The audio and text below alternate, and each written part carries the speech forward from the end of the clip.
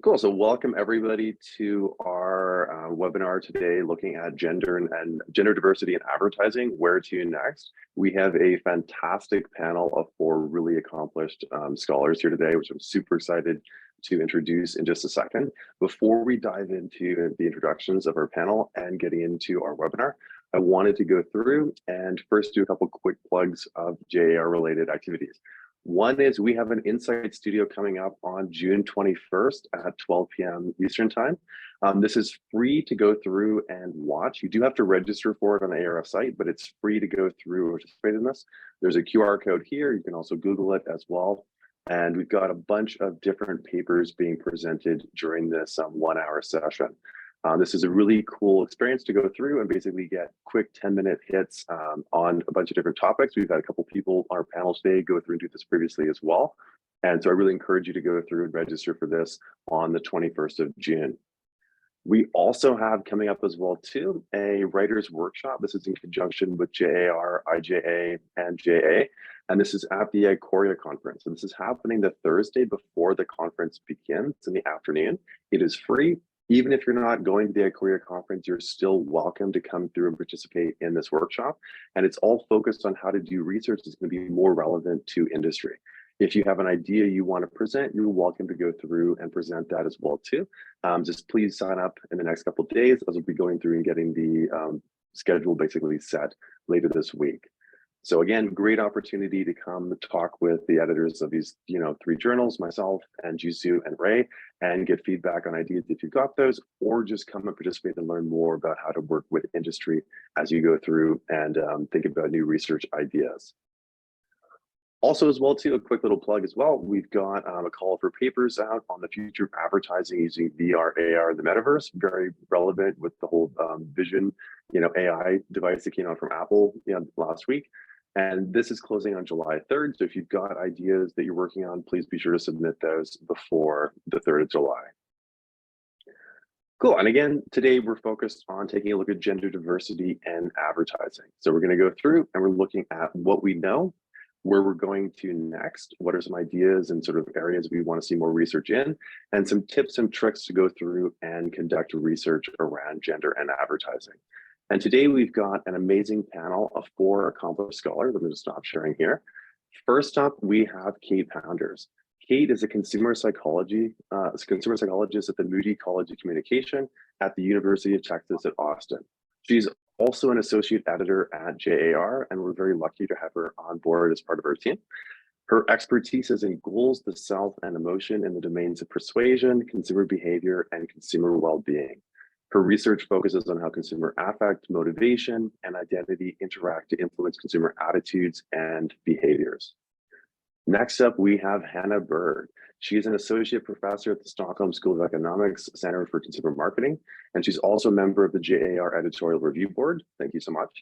She has a background in commercial marketing research, and her main research interests are consumer behavior, visual marketing, advertising, and online retailing.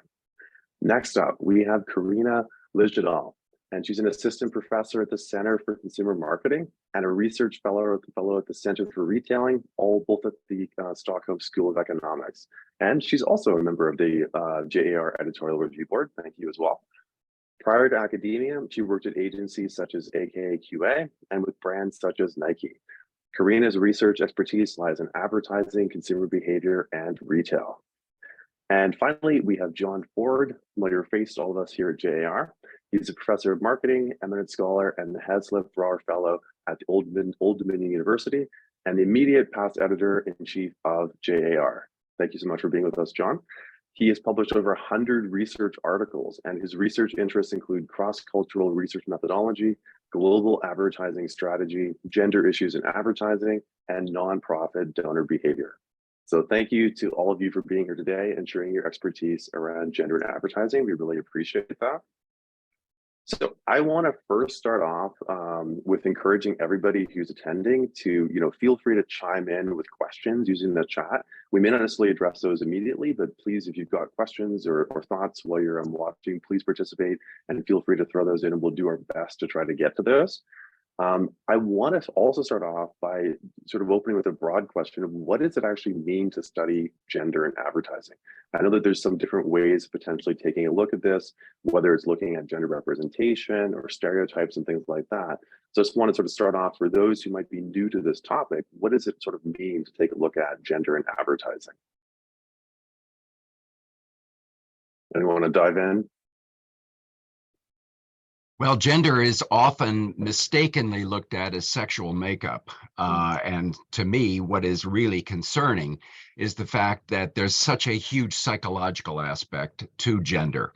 And I still see manuscripts that come through that basically are using male-female as the distinction based on birth. And this is not appropriate any longer. So that concerns me a great deal.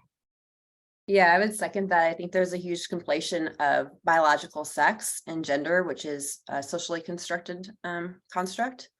And so I have a article forthcoming in Journal of Marketing where my co-authors and I did a systematic literature review of the last 30 years of gender research in marketing publications, and found that a lot of the research, as John said, does conflate gender with biological sex and focuses on gender differences. And that's really not as appropriate, as we now consider gender to be more fluid. And there is a really strong need to differentiate biological sex from gender identity, which is really, really important moving forward. Cool, and that's a great lead in as well too to my first question. What do we currently know about gender in advertising? And so I want to start off by asking each of you to kind of go through and just give us a quick recap of what you studied and what you discovered in relation to gender in advertising. And if it's okay, John, if we can start off with you. Sure. It goes back to 1987 when I was working with Bill Lundstrom. We were looking basically at response studies. You know, there'd been lots of content analyses done to show what women were being exposed to. And part of the problem was that didn't really tell us how they felt about what they were being exposed to. So we found out from the very beginning that women were not happy with the way they were being portrayed in advertising. And I must say, I'm still finding that that's true. And so part of the issue is advertisers certainly tried to address that by trying to balance, representations of women in maybe more appropriate ways in terms of, managerial positions and things like that. But part of the problem is that there's still that tendency to use women as arm candy. And that to me is a serious flaw. And I have found, and I've done research in many different cultures and many different countries. And of course, what I found in the beginning of my work was that patriarchal societies where, women were treated as second-class citizens, part of the problem was they didn't see anything wrong with the advertising because they were so used to it. Well, that's changing. And so what we're seeing is, and of course with education levels, so much changes cross-culturally. And so we find, I did work early on with Killing Us Softly with Gene Kilborn. And so what we were looking at was, how do we get the point across carefully? And everybody looked at me like, hey, this is a man looking at this. What's wrong with this picture, right? But I certainly understood the problems inherent in showing women in wrong ways. And so taking that further, I looked at things like, the facial structure of the models in ads. Sonia Dixon Delaporte and I looked at highly attractive females. And what we found out was that there were really three, and this was in Australia. We found out that there were three types of attractiveness looks. There was classic beauty, like Audrey Hepburn. There was sexy beauty, made up for a Saturday night. And then there was cute beauty. And so what was fascinating for us was looking at these types of facial images, women who were not of the caliber in their own self-determination of classic would not process those ads at all. So the issue was they didn't apply. They looked at those images and said, that's not me, so I'm not going to process those ads.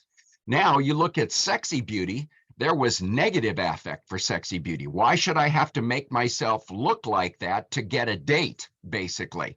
That was kind of cheapening. And so there was a lot of negative affect from that sexy beauty. The one that worked, of course, that had positive affect was cute beauty. The issue there was, hey, I could look like that. This is the girl next door, so she doesn't have to be a, incredible model. So my problem has always been, look, these images are setting up derogation. When self-comparison is being made, I see a lot of women who look at that and say that I must need to look like that. So the problem is there's still psychological trauma.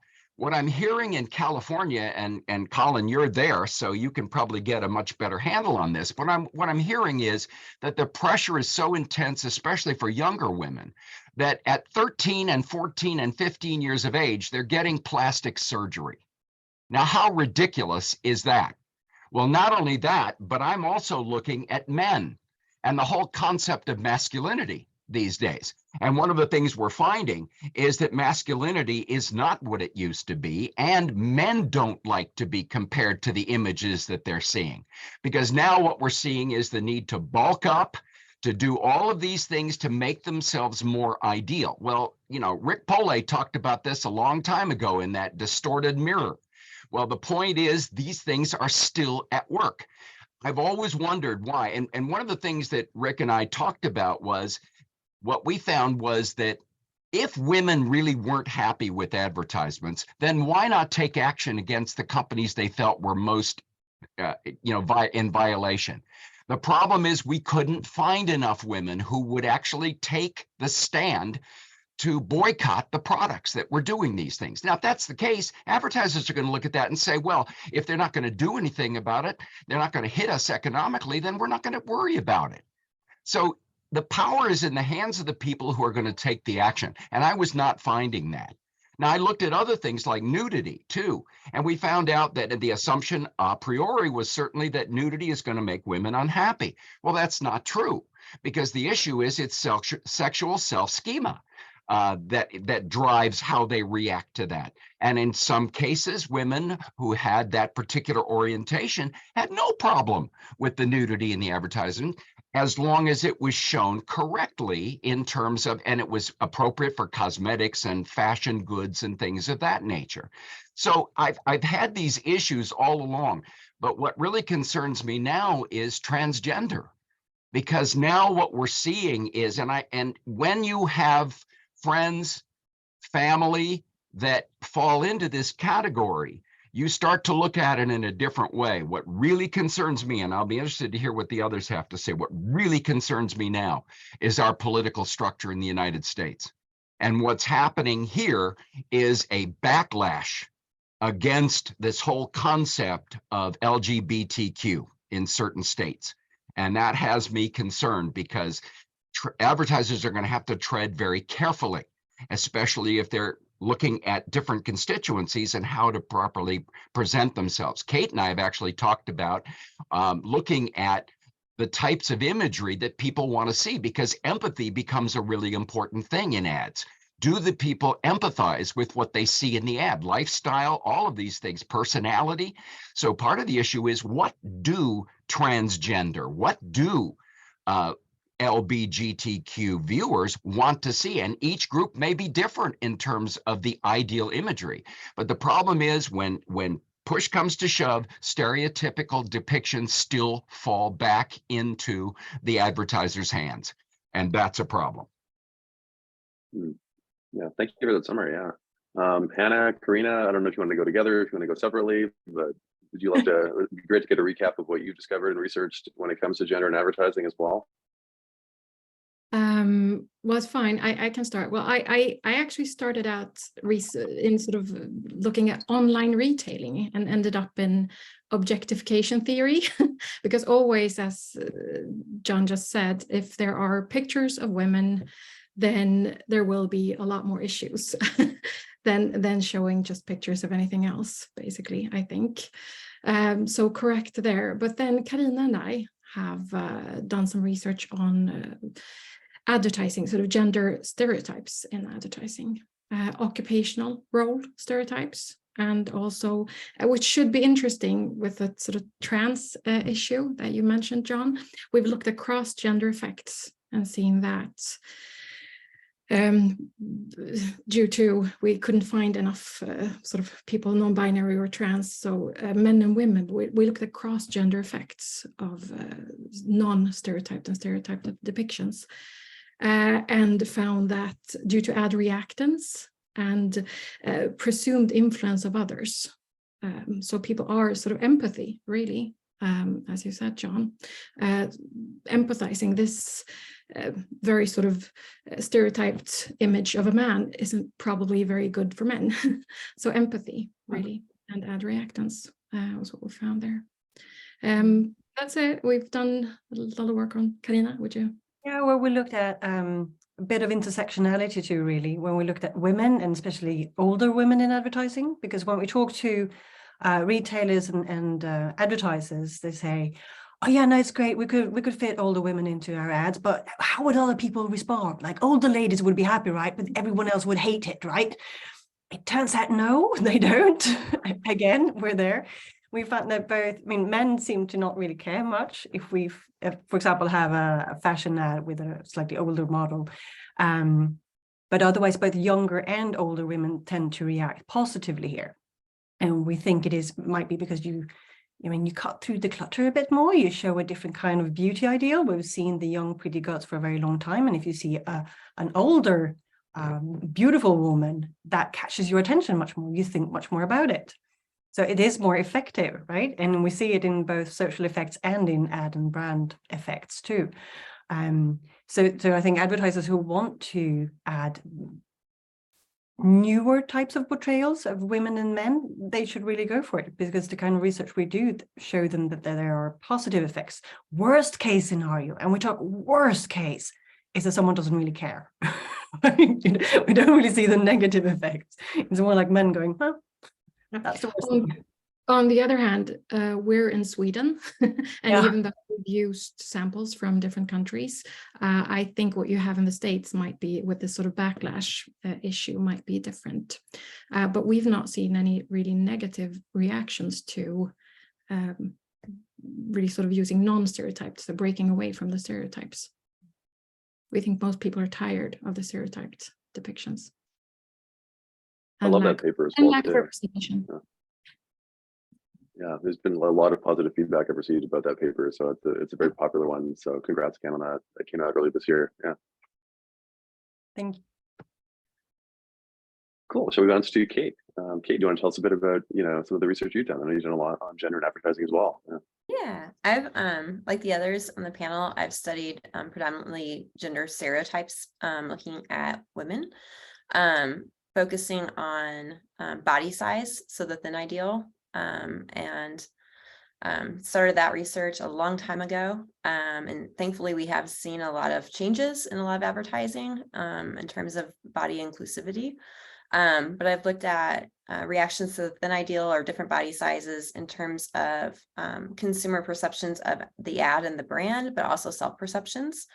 And so finding originally when I started the research years ago that there was sort of this kind of inverse relationship where women actually preferred ads that featured the thin ideal, even though it made them feel worse or bad about themselves in terms of self-esteem, body dysmorphia, things like that. Now that's changing. So I've done some research looking at images of digital Photoshop versus real imagery.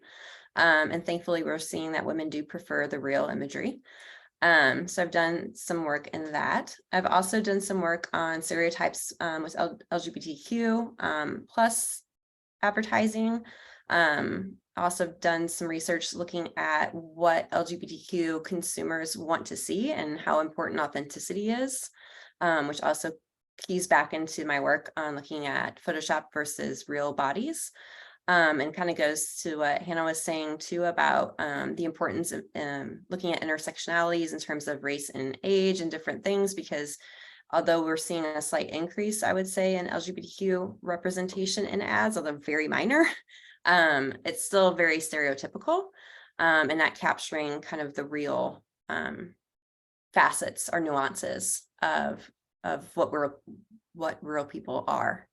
And so that's kind of some work that I've done. And then again, have the paper forthcoming that we've looked at the top tier journals for the last 30 years in terms of gender research, not just in advertising, but in marketing, consumer behavior, and finding that there's, again, a real problem in terms of the conflation of biological sex and gender, which is a socially constructed construct, and also the focus on gender differences, which is problematic as gender is now much more fluid. Interesting. Thank you. Yeah. So much knowledge in the room. I love this. Yeah. Thank you all again for coming. If we broaden it out, are there other things that we know about gender and advertising that none of you have directly researched? I'm just wondering if we're trying to get a sort of a sense of where the field's at, are there other sort of areas or insights that are known that you think are important to mention? Well, one thing I would certainly suggest is more neuroscience being brought in, and looking at reactions of people to ad depictions, especially from this gender fluidity, in terms of fMRIs, in terms of eye tracking, in terms of I've worked with Olivier Druliers at the University of Rennes, who has one of the best eye tracking studios that I've seen in the world. And I think that so much could tell us the kinds of things that people focus on, especially when we're looking at things like body shape, if we're looking at facial structure, and things of this nature. It would really help us to know what's really going on. And that's always been a case when we look at neuroscience and the applications in marketing. But I think we're still at an infant stage. I'm trying to do a lot of work looking at emotional shift.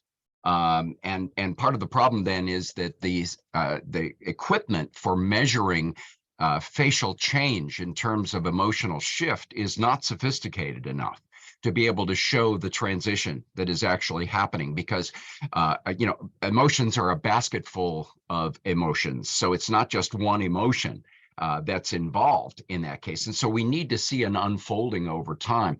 And I think it would really be helpful to know how people are reacting. And it will help us too, more understanding stereotypes and the reactions that people have to stereotypes. And I'm concerned, especially in this fluid gender situation now that we have, is that if advertisers aren't sure, then they go out of their way to use these really inappropriate stereotypes to show especially the gay community, flaunting. And I've seen some of that in advertisements, and you look at it and you think, that's not what I would assume that people want to see at all. They want to see more what they feel is a traditional imagery that would appeal to them, because empathy is everything. So I think we need to do a lot more work in terms of neuro. Cool. Anything else in terms of like insights we already know that are coming from other people who've done research, or things that the field currently is already established or is known? I feel like one thing that I've noticed, and I hope my dog isn't about to bark, but is that a lot of the work on LGBTQ representation is looking at how heterosexual or cisgender consumers react to that, but not looking at how members of that community react to it. And I think that there needs to be a lot more research focusing on that. And so that's something that I'm very interested in terms of moving forward. And I would like to see a lot more work done in that area. We do a lot of experiments. We do a lot of experiments. And I think sometimes it's hard to find participants from the community. So that would be great. Sorry. Yeah. Yeah, I'm sure that could be a reason. Yeah, I think one of the areas where things are happening now is if we look at social media and how advertising is developing there, then we need to follow as researchers too, looking at how stereotypes are being, it's not necessarily just carried out by advertising agencies, right? It's also sometimes made by people, people who are just common consumers, or people who are influencers and influencers who are part of the LGBTQ too, and their followers. And it's just, I think there's an area where we could look more into, and there's some room for growth in there. Hanna and I have been talking about that, how it's become sort of a passing the buck, you know, how it's Hanna's term here. I'm speaking about your idea, sorry.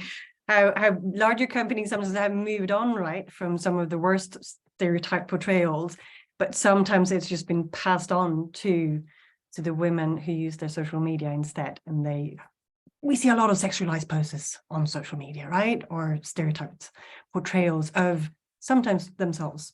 So that's a field we could look more into, I think, and where things are happening. Yeah, I think that's interesting. I was looking at the Gina Davis Institute has a ton of research on, you know, representation of, you know, different genders in media and different, you know, ads as well too. And it seems like women are generally underrepresented. They're stereotyped a lot as well too. And it's shocking to me that this is still happening even in, you know, the 2020s, right?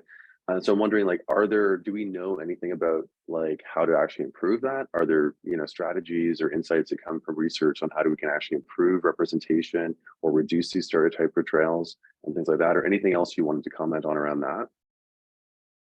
Well, I think Kate made a good comment before. One of the issues is, who are we testing for their reactions? And if advertisers are more concerned about, you know, heterosexual reactions to depictions, how's that going to help the LGBTQ constituency? So part of the issue is we're looking at who is being tested and who is being asked for their reactions. And I think there's so much worry about backlash that experimentation becomes difficult. We don't want to alienate anybody. And so the problem becomes, how do we get, and here's one issue that I've noted so far. I've tried to get, you know, representation from different audiences talking about gender fluidity. And the problem is identifying the individuals that we can bring in to test, to work with, who don't feel like they're being isolated and picked on. And so this becomes a real problem. So we think about experimentation. The difficulty is getting the participants, as Hanna mentioned before. Do you have any solutions? Have you encountered any ways to get around that? Because I know you've done research using these types of money consumers. helps. Yeah, money. Yeah, sounds good. Money helps if you can make it sweet enough to get people to participate. Yes, I mean, I found that, you know, if you're willing to pay, what I found with focus groups is that it really helps to give them a meal. So we've had to bring in food now for focus groups to help them work better. And they last longer that way too, but it does help people to open up. So I think if we try to provide incentives for people, it'll help. It can be difficult still. One of our former colleagues, Nina Åkestam, she wanted to do research on homosexuality portrayed in advertising. And she thought that the consumer's attitude towards homosexuality would be a moderator. She couldn't really use a Swedish sample because Swedes are so positive towards homosexuality. She couldn't really get the negative group going. She had to go for another nationality of the sample. Yeah. Sometimes paying doesn't really even help. Well, it does argue that Scandinavia is far ahead of many other cultures in terms of acceptance of gender and gender fluidity. That is certainly not the case in the United States. We do find a big backlash, and it's unfortunate. But that's also politically motivated these days, which doesn't help things here. I think that brings an interesting point too, in terms of future or ideas for future research, in terms of cultural differences in gender research. And that's not something that I've seen a lot of, perhaps, unless you're looking at gender differences, which again can be problematic, but looking at attitudes and things like that. Yeah, I'm a cross-cultural methodologist. So one of the things that concerns me greatly are all the mistakes I see being made, even in things like content analyses and some of the more simple experimentation that's involving cross-cultural, because culture is not understood correctly. And therefore we turn to things like Hofstede to post hoc say that it makes sense to look at these two countries or these two cultures because they're so different on Hofstede measures. You can't use Hofstede anymore. The issue is that Hofstede indicates homogeneity across an entire culture, which is absolutely not the case. We find that with, the whole concept of culture and acculturation that's at work, you have to look at individual measurements of individualism, collectivism, looking at power distance, uncertainty avoidance, things of this nature. Long-term, short-term orientation needs to be done on a per-person basis, not on a general cultural catch-all. That's a huge mistake. Speaking of participants, right? Have you found it to be easier to basically find people in specific groups when you go online? If you're using online panels like Prolific or other sources like that, to be able to find people? I hope you all saw my article with Aaron Arndt and Barry Babin in IJRM, where we talk about the whole idea of data and coming in from these different sources. Like Prolific and Qualtrics and things of this nature, because MTurk and Prolific are minimally managed sources. Therefore, you have to put a lot of attention and accuracy checks into your surveys because they are not who they say they are. And so if we want accurate assessment from different groups, we're going to have to go out of our way to identify those people and not rely on some of these online sources because they are not easy to do. And if you want to get somebody that's very specific, you may have to pay as much as $20 per completed questionnaire when they go through all the screening mechanisms. But the hard part is with MTurk, there's so much lying going on, VPNs being used to bounce signals. The point is, most of them aren't who they say they are. And that's a real problem because then we're not getting accurate information. Any other tricks for recruiting then? Know who you're dealing with personally. That's the best way I've found. Cool. We also have some questions around the challenges of doing research on gender. So I'm wondering, have you encountered any other challenges when it comes to doing gender aside from getting participants? You get interesting comments, I think, regardless of how we measure. And it changes over time. Usually some people write, you always get a few people who write short essays, sometimes long essays, on their opinions about gender or sex and which one they think we should measure and why. So I think it's something that many respondents feel very strongly about. Goes particularly for UK samples, I find that there's a lot of respondents who are really into these issues. And that shows that they are at least active, right? They're thinking, they are participating properly. It's so, yeah. And these aren't sort of necessarily studies about gender. We just sort of measure that at the end of end of a survey or end of. We had a question about that actually, of like, how do we best ask the question around gender when doing studies, right? So there was about how best to ask the question of gender identity. Like, are there preferred methods or best practices around that?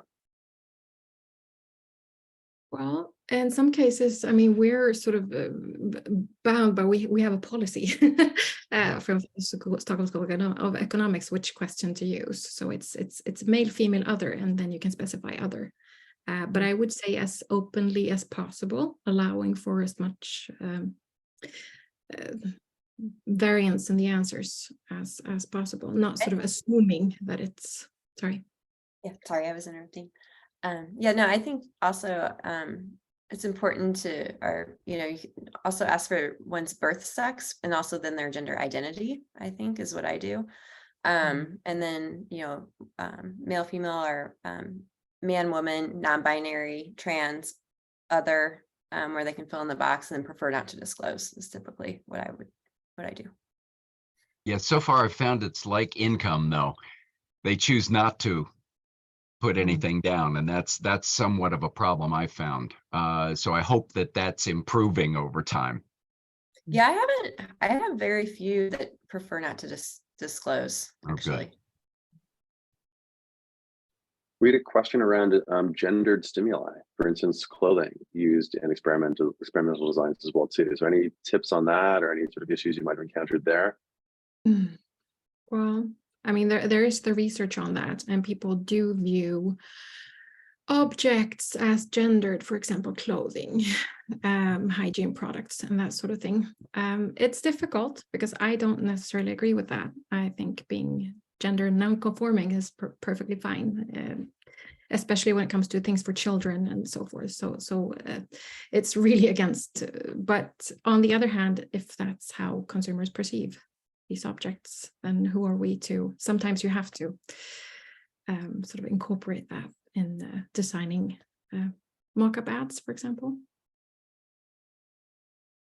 for experiments. If you're focused on facial features too, what I found is that just anything that shows in terms of clothing can actually cause a confound. Yeah. Because that does create somewhat of an impression that may go against what they're seeing in terms of the facial features. So that can be a problem. We had a question as well too around diversity being under attack in many regions and countries, and how we can still go through and study gender even if it's under attack in those different areas. Any sort of advice you might be able to offer on that? Oh, that's a tough one. It is a tough one, yeah. Yeah. I think we have to get more support. I think if we can show good results that will help more than just the individuals involved, then I think we can show ways to get people to, at least be more accepting of this type of research. The problem is that, we've got people reacting to this gender fluidity in ways that causes people to be very concerned about just the whole topic of study. So we have to find ways to get people to, be more focused on the need for this psychologically. Health and well-being becomes the real focus. Other areas, if you want to open it up to more, areas that you think are important for future research or topics you think we should be discussing and exploring. We had a question come through in the Q&A around concerns around generative AI influencing gender issues in advertising. Is that an area you think would be fruitful to go through and take a look at? Generative AI and gender in advertising, or? Yeah. Of course. Oh yeah, AI is based on or available data, right? So if the data is skewed, it's past data, right? Then it's going to make faulty predictions. Yeah, it's of course is one of those parameters that needs to be taken into account. There are a lot of parameters that should be taken into account when developing and training AI models. And AI is a very big area. There are several different types. I mean, it's not just one AI. So yeah. Anthropomorphism becomes a real issue here. Are they real, or are they, automatons? And the closer we get to reality, what I found, it's interesting, the closer we get to real imagery with the CGI, the more scary the individuals have become. And I'm getting people reacting to that in ways that's really negative, because they can tell that it's still, CGI, but it's creating an image that's kind of scary. So when we start to look for AI to create imagery for us in certain ways, we have to be really, really careful. You end up in the uncanny valley. Yeah, the uncanny valley. You also mentioned, Karina, like taking a look at the, whether or not we're seeing stereotypes being perpetuated by AI as well. Other areas, other sort of things you think, or topics you think could be useful to take a look at as we go forward, do more research on gender and advertising.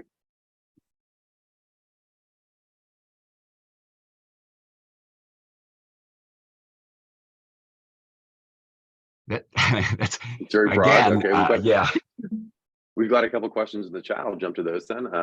So first one is from Danielle. Have you found that there's a trend in age and acceptance toward gender fluidity? Another area of, we're looking to see more research on.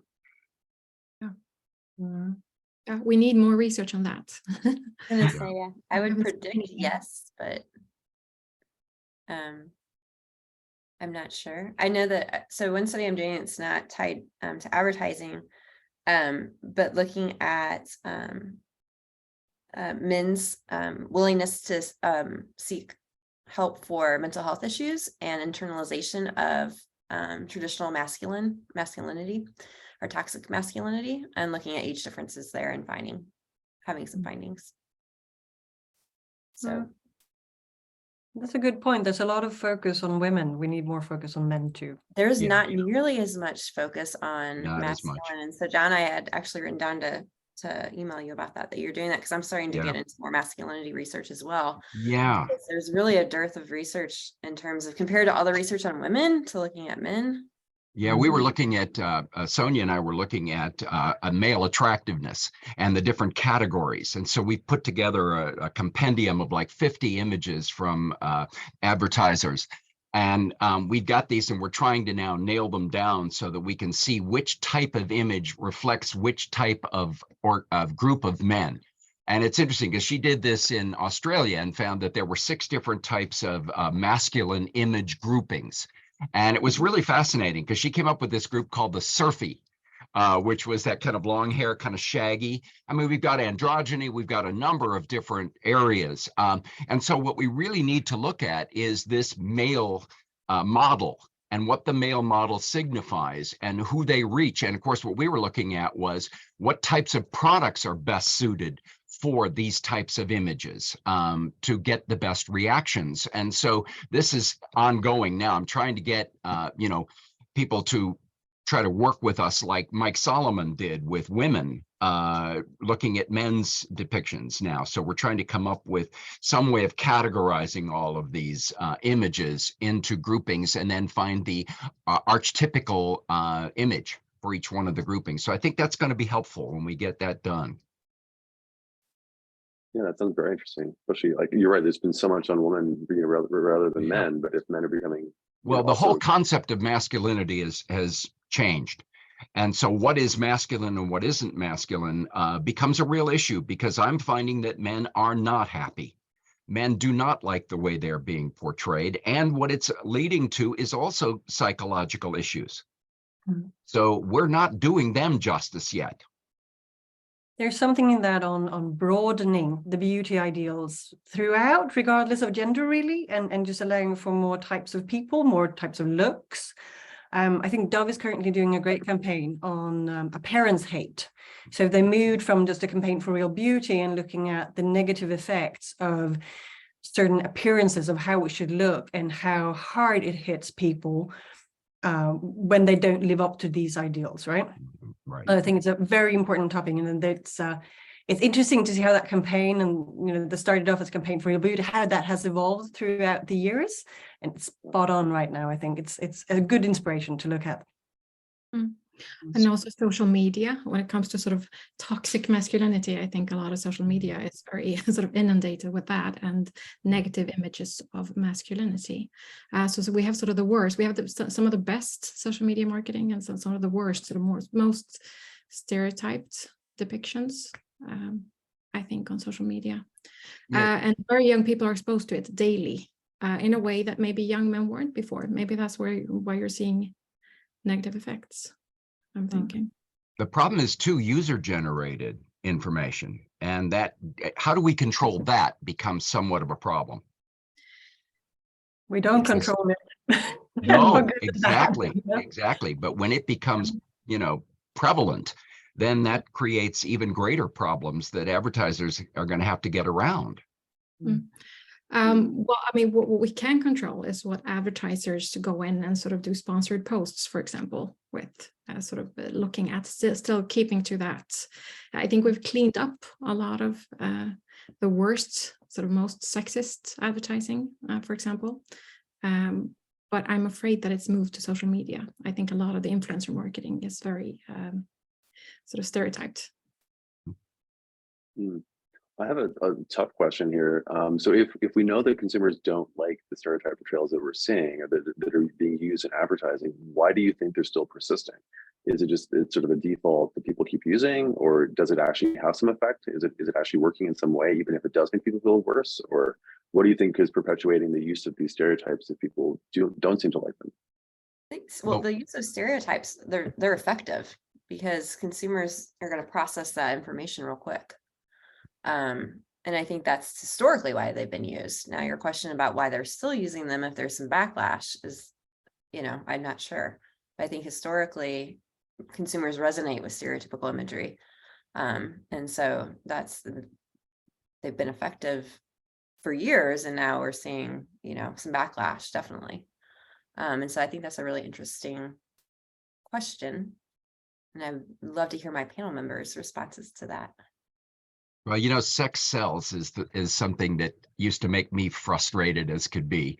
But the issue became the dividing line between sexy and sexist. And the problem then was that advertisers didn't realize when they were stepping over the line. And the problem then was that if they're still getting the results, see, this is the problem I've seen from the very beginning, is that if people aren't going to take action against the companies who are doing the image, who are presenting the imagery, why should they change? See, this has constantly been an issue because they're not willing to change if it's selling, unless they can see that there's a public policy side to this, which they're violating. But that's the problem, is I think a lot of this is permeating because it's working still. Or it's working despite the advertising. I mean, when I'm talking to students who follow influencers they don't like. So it's not necessarily a positive. I mean, how do you look at these metrics? I might be horrified by an influencer that I follow, right? And I might share it with a friend to show, look how horrible this is. And then someone's going to look at it and go, oh, this is positive because someone's looking at this and sharing it, right? There's engagement. You need more and better metrics here to figure it out. So it's just the same kind of problem we have with eye tracking, right? What do people look at and why do they look at that? I mean, just looking at where the eye movements are isn't going to tell you the full story of anything, really. So there's and I see more of a nuanced discussion amongst the students who are around about 20, right, in how they process and respond to these images and start reacting. And not enough data points to know if that's part of a bigger trend or if it's just my group of students, We have a bunch of questions in the chat, so I'm going to jump into those as well too. So we had one from Pamela. How are advertisers responding to your research? Have you had anybody reach out to you or have any response you've seen from advertisers related to the research you've done there? Yeah, positive. Only positive reactions. Yeah. In Sweden. That's awesome. We had a question here as well too on views on using AI to create ads for experimental purposes. I know there's different tools out there you can use to change gender or change age and things like that. Any of you have experience using that, or you think that's a good thing, bad thing?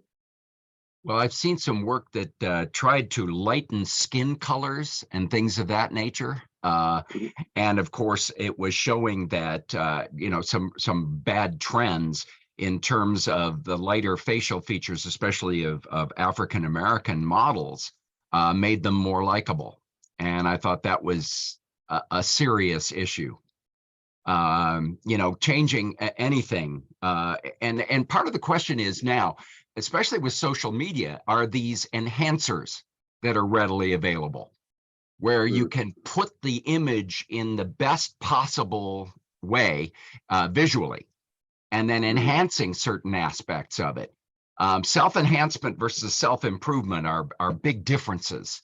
And so I have some real issues with how images are being presented that are not authentic. And how do we measure authentism in that case? We had a question coming in as well too about what is the name of that AI software? If you happen to know it, I don't know if anyone does, but it's very specific. But if you happen to know, great. If not, no worries. Should open a forum here, chat forum for everyone. Tips and tricks and sites. We had a question around taboo products and gender. So taboo products such as menstrual products and advertising or other sort of feminine products. Any sort of research you might have done around that or insights you might want to share there? No. I not haven't really. done any Cool. research in it, but my I taught the graduate consumer behavior class this past spring, and that was something that the students were very much interested in discussing. So I think that could be an interesting research project, actually. Something that was very top of mind for them that I didn't actually bring up, that came up actually repeatedly over the semester throughout. Interesting. Yeah, it was really interesting. Yeah. We have a question as well too. How can researchers navigate the sensitive nature of religious beliefs while studying the impact of religion on gender representation in advertising? Oh, yeah. Very specific. And this is yeah. often very much culturally derived. And so Mhm. part of the problem then becomes looking at those cultures where women are very much secondary to men. That becomes quite an issue, especially in those cultures where women must be covered. And then the issue becomes those who are trying to present beauty products and clothing, where they're trying to show latest fashions and trends and things like that, where the male audience is so up in arms seeing those kinds of representations. They're reaching the women and the women love them, I've seen, but the men hate them. And so part of the problem is who has the power in the family, who makes the final decisions. Well, the men say they make all the decisions, but of course they're not the ones who are in the shops buying stuff. It's the women. So, you know, I think we're going to see some changes over time. We have a question here as well too around if women are going to be, if you think women are going to become more attracted to ads that have more masculinity in them, if we're seeing as gender becomes more fluid and changes. Another interesting research topic. Maybe, perhaps. I feel like I may have seen an article in Journal of Advertising or something recently that may have looked at that. I'm not sure. But yeah, if not, definitely something to investigate. No. Cool. We've got another one as well too. What do you all make of how market feminism has been used to sell products? Do you think we'll get to a point where market feminism isn't a money maker? I like we're getting deep questions though. This is good. But any These thoughts are on great that, questions. They're Yeah, great it is questions. A lot to unpack there. I mean, that's the thing about, and even about stereotypes, they're sort of temporally and culturally dependent. So something, I mean, what we're seeing today might change.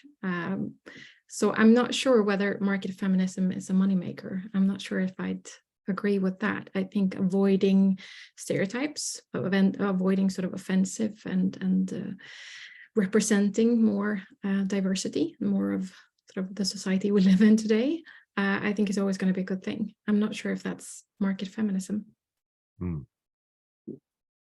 I wouldn't describe it as such. No. I'm not sure what you think. Cool. Any other ideas for future research that you wanted to mention as we get toward the end here?